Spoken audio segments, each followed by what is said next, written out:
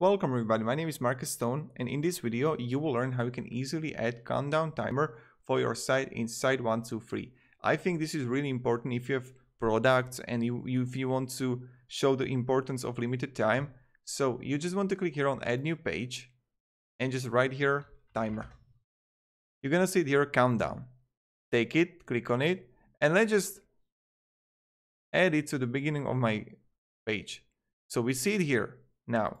Let's go with the time and go like minute counter and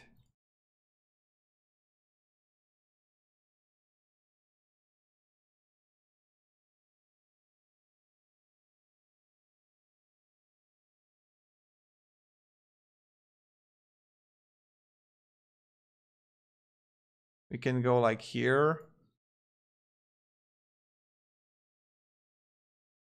like this one here.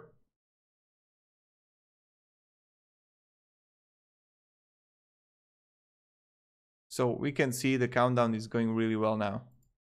So this is how you can add the countdown.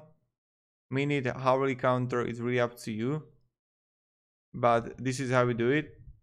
And yeah, if you have any questions, ask me down below in the comments. But yeah, thank you, have a great day and see ya.